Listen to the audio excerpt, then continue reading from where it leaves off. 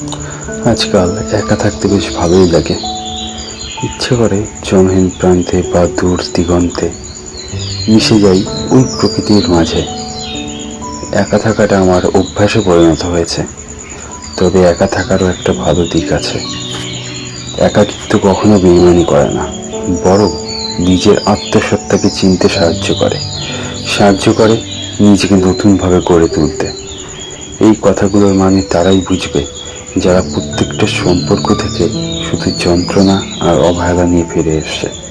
সেটা প্রেমিকার প্রতারণা হোক, কিংবা সব থেকে কাছের বন্ধুগুলোর হঠাৎ করে রং বদলে ফেলা। একটা সম্পর্কে নিজের সর্বস্ব উৎসর্গ করে দেওয়ার পরেও যে কোনো মূল্য পায়নি, বরং তার অস্তিত্বকে ক্রমাগত ছোট করা হয়েছে। হয়তো এ কারণেই পালিয়ে এসছি সেই সব টক্সিক সম্পর্ক থেকে, যেখানে থাকা মানে নিজেকে বিপন্ন করে তোলা। হয়তো বেছে নিয়েছি এ কারণেই একাকিত্বের জীবন। এখন বেশ ভালো আছি, নিজেকে নিয়ে ব্যস্ত আছি, নিজেকে জানতে ব্যস্ত আছি, নিজেকে আরো উন্নত করে তুলছি দিন দিন। একা আছি, এই বেশ ভালো।